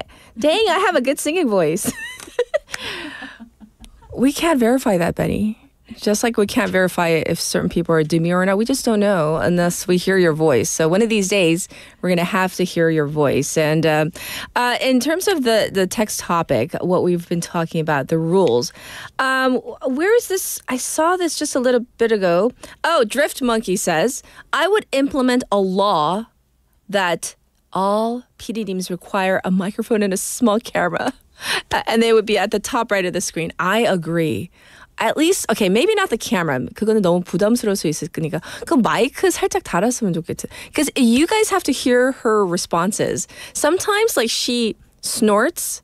Sometimes like 이상한 소리인데요. 그리고 혼자서 막 웃어요. 그리고 재치기도 얼마나 크게 하시는지. She sneezes so loud. She's like distracting me. 안티예요. 방송 방해하시는 분. 아니고 사랑하는 PD님입니다. 네, 사랑합니다. Okay, I'm going to get fired. So we're going to get to our special interview.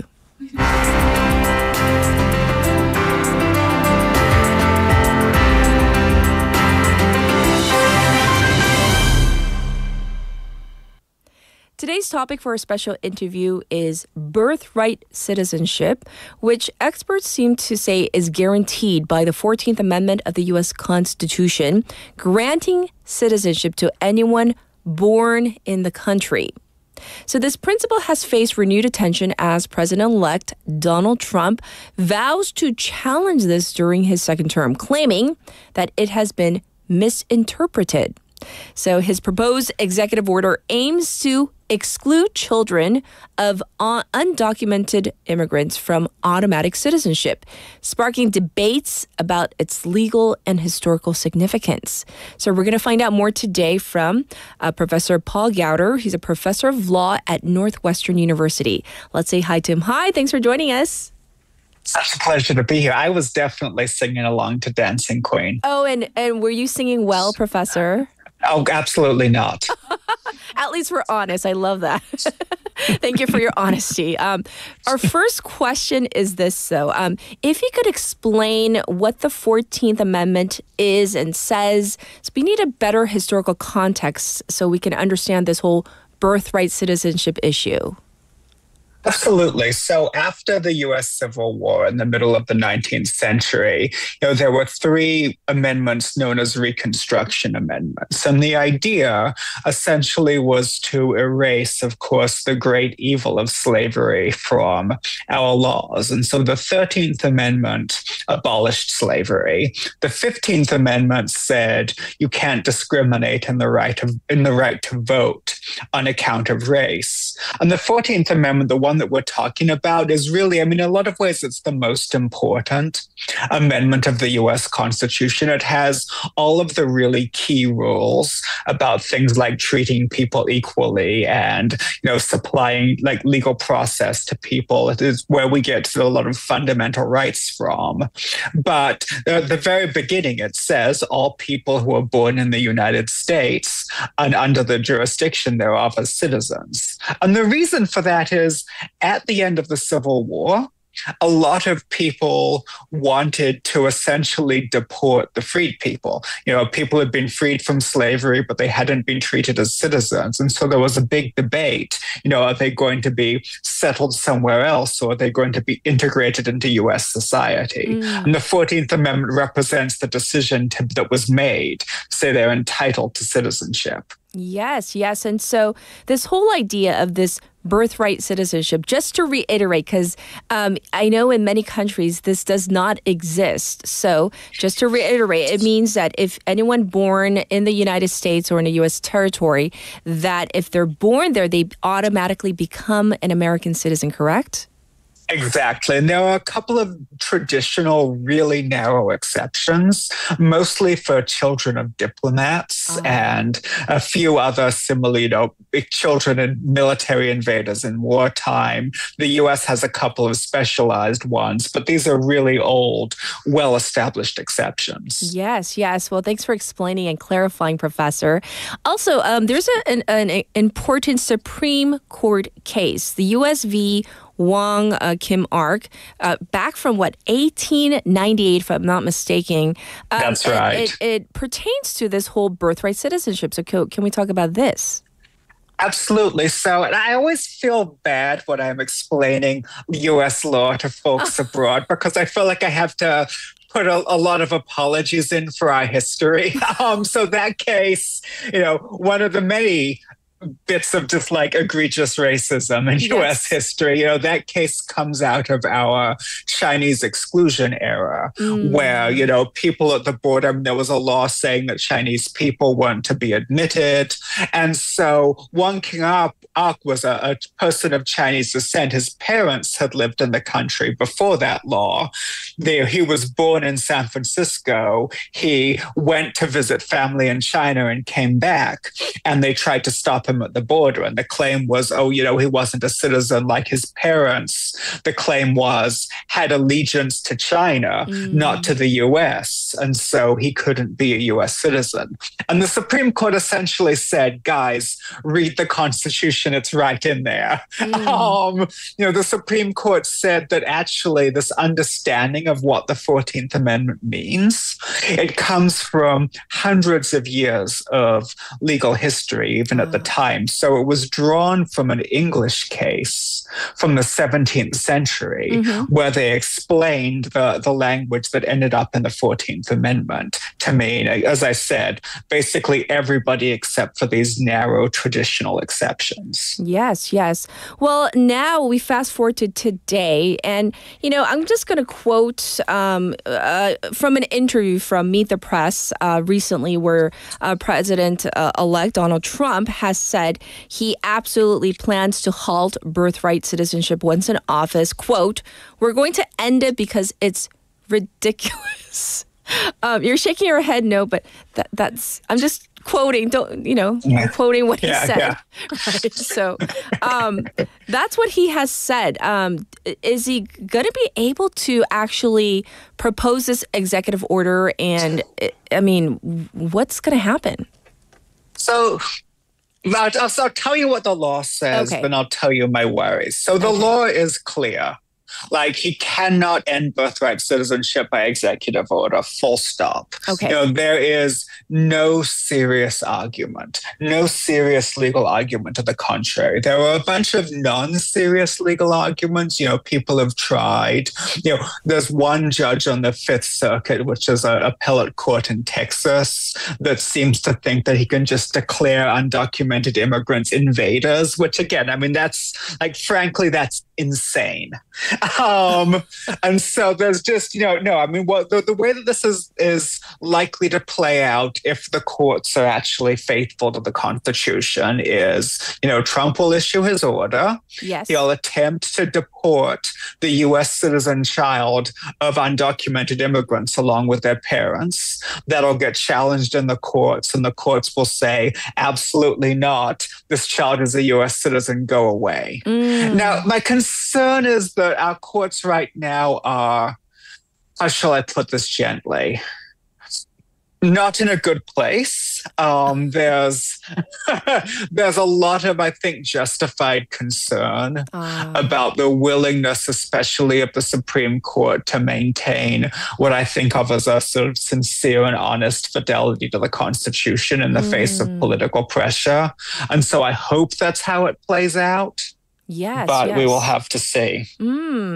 So, assuming that he does, hand down this executive order, that it is handed down, it's implemented. What does that mean? Does that mean that or do you think that there's just going to be legal action right away, and it's going to go up and make its way up to the Supreme Court?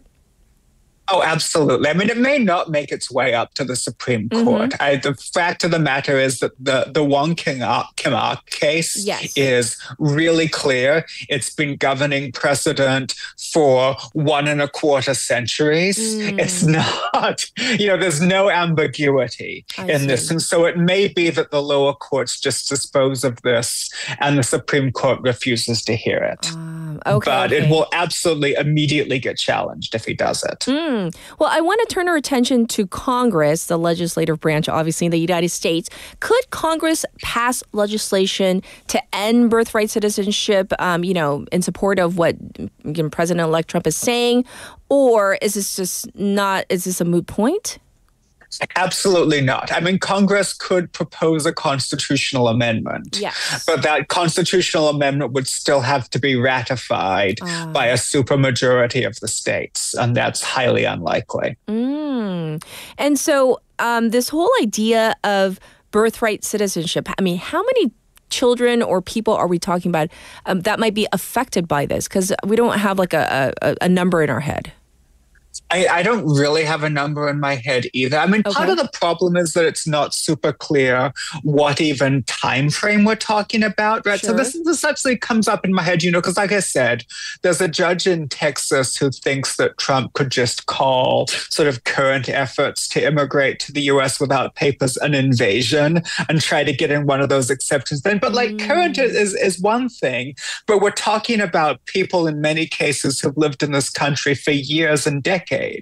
So even if he said something, even if he just tried to focus on the current generation of people who are trying to enter now or recently, what do you do with somebody whose parents immigrated 20 years ago? Right.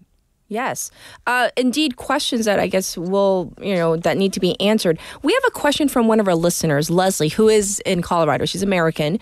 She asked, is this rule only for undocumented parents with a child born in the U.S.? Does this include our dreamers, as she puts it, under DACA? So what would you say, Professor? So dreamers under DACA, people who were brought to the country as children without papers. So they are technically still undocumented immigrants, unless, basically Congress can act to regularize their status. But largely, the Dreamer program essentially came up as a form of discretion during the Obama administration to say, we're not going to remove these people even though they can be removed. And so, there's been some conflict over that. President Trump in his first term tried to remove some of them and it came into snags because of administrative procedures that weren't followed. Yes. But ultimately, they fall in a very different category. Like the thing that's most likely to protect them is that these programs are very popular. Like they're targeted at really the most sympathetic people, right? They're targeted at like people brought here as children who've typically been very successful. And so politics is really what will help them rather than the law. And another related question is, I know that it seems from the outset that this might be targeting undocumented immigrants or migrants. But what about, for example, there is, a couple, one parent is American, a U.S. citizen, and the other is a legal foreign resident. I mean, I would assume that they would not fall under this category, the people that Donald Trump is seemingly targeting? As far as I know, that's right. I mean, that would be me, right? I mean, my father was an American serviceman and my mother was, he met my mother while he was posted away in England and then brought her to the US. Yes. And so I hope that Trump's not targeted there. But I guess it'll be entertaining because I could file the lawsuit myself if he is. Oh, goodness gracious. Yes. If we had to fathom a guess, Professor, as to the long-term consequences of what this might actually mean, because this is such a life-changing issue for those who are affected, for children born in the States of undocumented immigrants and migrants, and they had no choice in being born on U.S. soil either, right? Yeah, exactly. So I think there's really two things. I think the first thing is, assuming that the courts make the right decision, which I do believe they will. And this is really clear law. I think, if nothing else, having a modern reaffirmation of this like central principle, I think is something that's really important. It's very hard to say, the case in 1898 and the case last year got it wrong. Yes. But I think that even so, the reality is that as it is, there are a lot of people in particularly sort of migrant communities, a lot of people in communities maybe where English isn't the most common language spoken in the US, who find themselves, regardless of their status, living in a lot of fear. Yes. There are lots of people who don't feel safe, for example, calling for the assistance of the police when they're victims of a crime. There are lots of people who don't feel safe challenging their employers when their wages are unlawfully withheld, because in so many of these communities, there's enough sort of fear of immigration authorities that people become afraid to talk to the authorities more generally. And so I think this kind of effort is only going to make that fear worse, and it's going to hurt a whole lot of people, not just people who entered the country without papers. I see. Well, thank you so much for shedding light onto this very hot issue right now, and take care, Professor. It was lovely to meet you. Sounds fantastic. Thank you. This was Professor Paul Gowder and our special interview on birthright citizenship.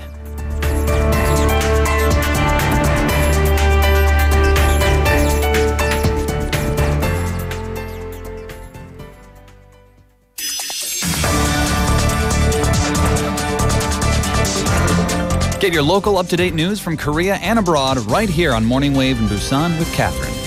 Stay tuned.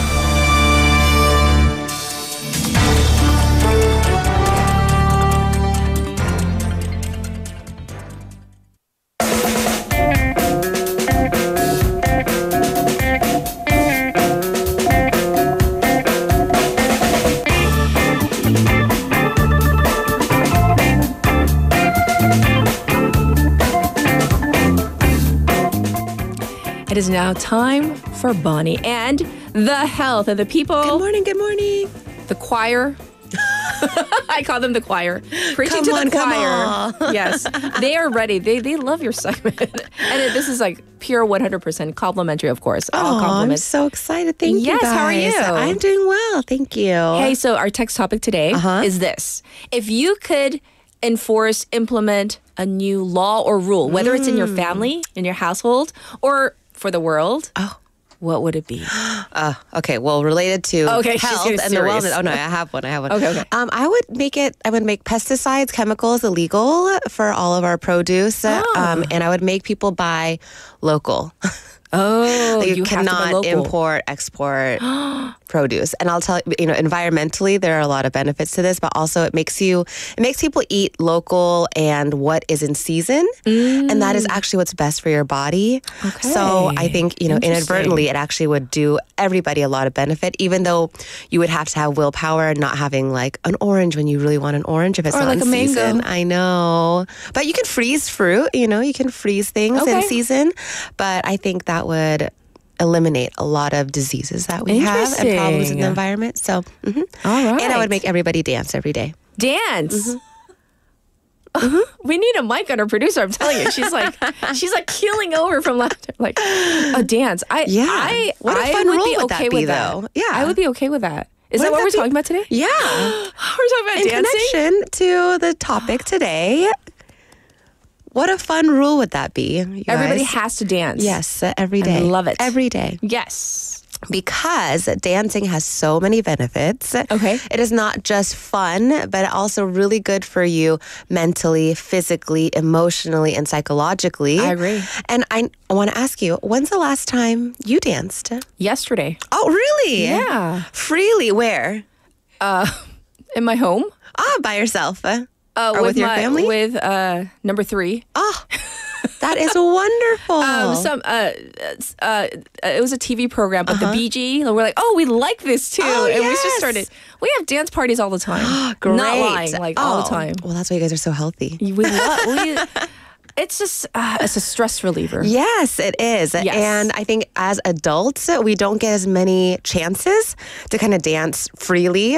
Maybe the way that you want to. Maybe you might be like bopping your head a little bit here and there, but really as a state of expression and just going kind of crazy the way that you want to, maybe when you were younger, maybe in your college days, we don't get these opportunities that often. So I want to bring this topic to you guys because I want to encourage you to now, maybe in the new year, dancing might become a part of your daily routine to help you to become more healthy. What about you, Bonnie? What a great... I'm going to turn the tables. Almost every day. See?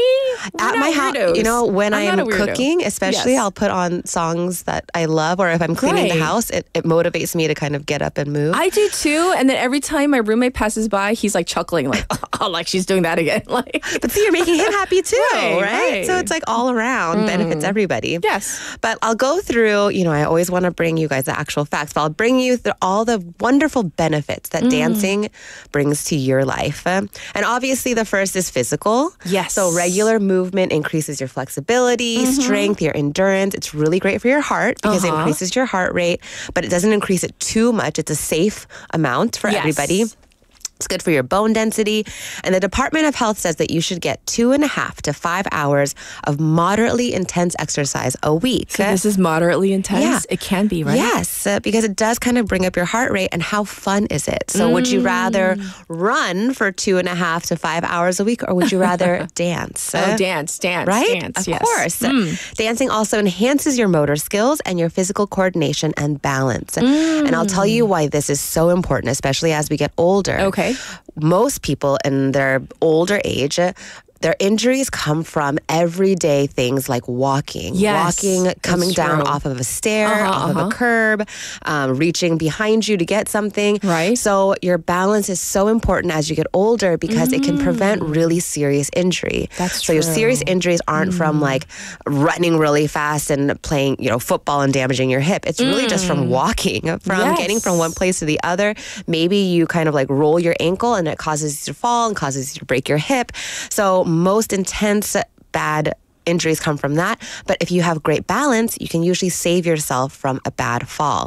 So dancing will help your balance and help you get not very serious injuries as you get older. Also great for pain management. So gentle movement can alleviate really chronic pain that increases your circulation and reduces your tension. So as you get older, also if you don't really move as much, do you notice if you're in bed for a really long time, getting out of bed, your body's a little stiff. Oh, yes. Right? So if we don't have constant movement in our life, our muscles, our joints kind of get stiff, which also can cause very serious injury later on if you do have a fall. So a little bit of gentle movement throughout dancing can actually help you make sure that your muscles, your joints are all nice and loose. Indeed. What else? Okay, so it can also help emotional, psychological benefits. So of course, any kind of dance will reduce your cortisol levels, promoting relaxation, reducing stress, like you said earlier, and actually reduces your chance for depression because it also releases endorphins, giving you that happy feeling. So how many times have you seen people dancing, or you're in a room full of people dancing, and how many of them are frowning or looking sad and dancing? Nobody, right? You look around, people, when they're dancing, they're smiling, they're laughing, they're having a good time. Right. And the sillier, the better. When you have like a room full of little kids that are just jumping around and you also join in and you're being really silly, you're not laughing, right? Yeah, you just got to be careful. The smile comes on. No, not I, but I'm going to out my roommate. He thought he could still break dance. This is a true story. No. So he was like sweeping the floor and we kept on saying, 바닥 그만 닦으세요. Like you're going to hurt yourself. And then he really hurt himself and he broke his pinky toe. Trying to break dance. Okay, well, know your limits. Know your limits, really, or stretch beforehand. Yes. Let's do some stretching before we get on the floor and do that. But but he still was probably happy doing it, though, right? He's actually a really good dancer. He's like, I won't say his age, but he's old school, so he knows how to pop. Oh, nice. Yeah, like he's got moves on him, right? And so hence he thought he could still break dance. Maybe the lesson is he should do it more often. Not on marble floor. You need a cardboard. Yes. Okay.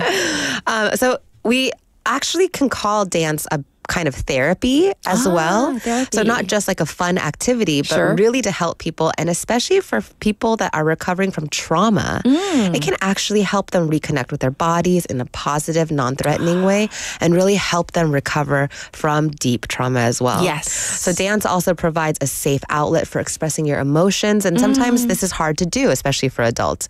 Expressing your emotions of anger, of sadness, even of happiness. Some people don't really know how to express that. Sure. Dance can be a really great outlet for that as well. Yes. And of course, some social benefits.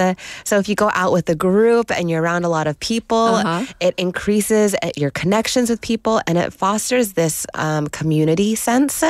When you're around a group of people, you feel the energy of them and you're giving off energy. You're feeling this synergy of people together and it bonds people and it kind of lets your guard down. So in turn, it can increase your self-confidence, your social skills, and it kind of helps you let go of these insecurities that we have as we get older. That's true. Like, have you ever been to when I go to a noraebang, I don't sing. Oh, yeah. But I am the official dancer. Yes. I will shake that tambourine till the dawn, till the sun comes up. I can do that. Yes, I'm just me not much too. of a singer. Yeah. But I and really it's like so dancing. fun, especially the group that you go out with. Yes. It kind of lets you get all the fear from dancing out. 정신없어요. 자꾸 보여줘. Like she's like, I cannot. We're a serious news show. I think we can fit it in later on, right? But how fun is this? So dancing can actually connect you with people all over the world because it's something that you don't need language for. It's like the international language. Yes, you can do it love, anywhere you go. Right. And you don't need the language for it, and you can connect with people through movement instead of language. Love it. And this one, I have to say, I love this because dancing has so many cognitive benefits as well. Cognitive? Yeah, so we're talking about the physical, the emotional, but also it's really great for your brain, for your brain health. So it encourages creative thinking because it requires focus, memory, problem solving. It can enhance brain health and your cognitive abilities. And the National Institute of Aging actually said scientists performed a study and they showed that areas of the brain that control memory and skills improved with dancing. So in turn, it can actually prevent dementia. I've heard this. Yes. Like learning steps and like following along. Yes. And the study from the New England Journal of Medicine found aerobic dancing reversed volume loss of the hippocampus. And the hippocampus is the part of your brain that controls memory. So it can actually prevent the loss, the mass actually goes down as you get older, but it can prevent this with dancing. I'm telling you, this is like so good. Yeah. Dance is good. And it gives your brain an extra challenge. And so if you're one of those people sitting out there and you're like, oh, but I'm so bad at dancing, which Sitting I don't out there? believe. Anywhere, our number of listeners. Yes. I don't believe you can be a bad dancer. I don't believe this exists. That's true. But some people think in their minds, oh, I'm a bad dancer, so I cannot dance in front of other people. Dancing is even better for you because it provides you with a challenge. And we know that challenging your brain keeps your brain nice and healthy. Sure. So this is even better for you. I'm just thinking about all the comments I'm going to get from Haley's going to say, you're throwing me under the bus again. Yes. In her Angry Bird voice. Yes. All the time. Anytime we get. You know she's banned from dancing in the studio. Oh, no. From the producer. PDC, look at her. She's the producer has banned Haley from dancing in the studio. Oh, we need to get rid of that. Oh, but she's dancing outside we need the to get studio. rid of that. Yes. See? Yes. But if you can see Haley dancing, maybe it will bring smiles to everybody else, and maybe for her as well. But it might benefit everybody in the studio as well. I have a question for our waivers. 댄스와 율동에는 똑같아요? 같아요? Is it? Because PD님 is saying she does 율동. It's movements. But to really fun music where you are going to like a rhythm and a beat. I think maybe that's the difference. If we want to get technical. Yeah, we need to get groove, technical. right? Yeah. But really, dancing is just free. I think a freedom of movement of your body in the way that you want to whatever music that you want. However you want to express yourself. Yes. And so I really want to encourage our waivers, if you're in the car by yourself, if you are at home by yourself, with your family, put on a really good song. And I've covered this before, fake it till you make it. Even if you're feeling down and you don't want to, this is a really good mood booster, a way to kind of get yourself out of a slump, is to put on really good music, be in front of a mirror or not, depending if you want to watch yourself, but just go crazy. Just move the way that you want to. Yes. Have so much fun. And there are so many benefits to this. I've listed most of the benefits, but also, it can prevent chronic illnesses, disabilities, mental health, grief and loss, helping you with, if you have depression, it can help you with this as well. And even autism spectrum disorders. I mean, the list goes on and on with things that it can help you with. So when in doubt, just put on some music and just groove it out. Have a good dance. Well, on that note, I'm going to just read a couple more messages. 고수 Waver says, 율동은 동료. 댄스는 빠른 템포 같아요.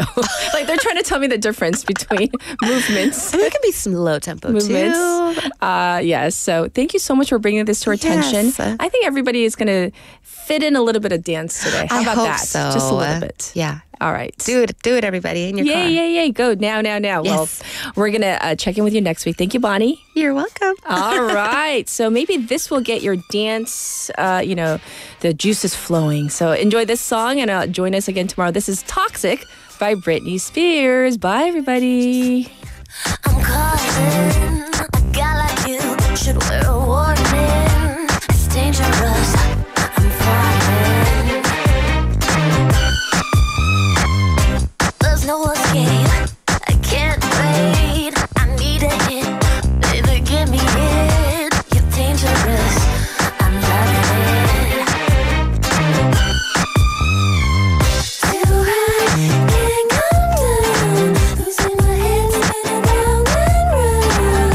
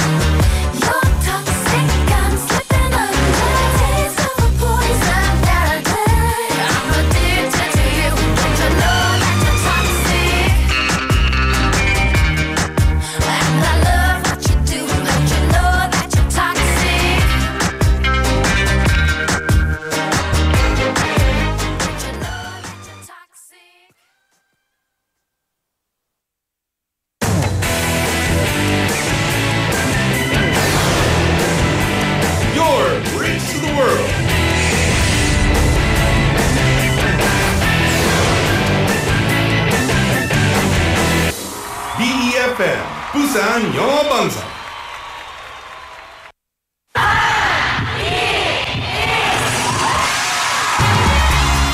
부산의 축제